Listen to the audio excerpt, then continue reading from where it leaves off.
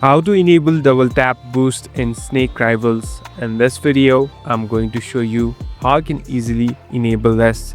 First of all, open the application. Now, here on the right top, you can see the settings icon. Simply tap on settings. So now we're in the settings interface. Here, you'll be able to find different options and can even customize it. Here on the top, you can see a control section. Simply tap on this arrows. So basically this is the place where you can enable it. Here on the right hand side, there's an option called double tap to boost. So simply tap on this option and at last tap on save. Now whenever you move the snake and double tap it, the boost feature will be enabled. So it's easier to control it that way. Thank you for watching this video. I hope this video will help you.